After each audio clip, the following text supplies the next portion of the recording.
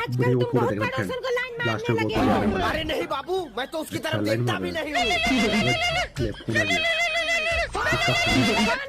कोई नहीं बाबू, वो सलमान भाई है। हाँ सलमान भाई बोलो। सलमान नहीं, मैं तुम्हारी जान पड़ोसन बोल रही हूँ। हाँ सलमान भाई पहचान गया, बोलो। पहचान गए पड़ोसी जी, तो ये सलमान भाई आपसे मिलना चाहते हैं। ठीक है सलमान भाई, तुम नहीं मान रहे हो तो मैं तुरंत चाय पीने आ रहा हूँ।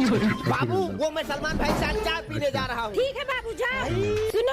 हाँ बाबू बोलो। वो अपना फोन मुझे देते जाओ। अरे यार, एक काम करता हूँ, इसको फोन दे ही देता हूँ, क्योंकि पड़ोसी जी तो मुझे चाय दुकान के पीछे मिल ही जाएगी। ये लो बाबू। ठीक है, अब देखो क्या होता है।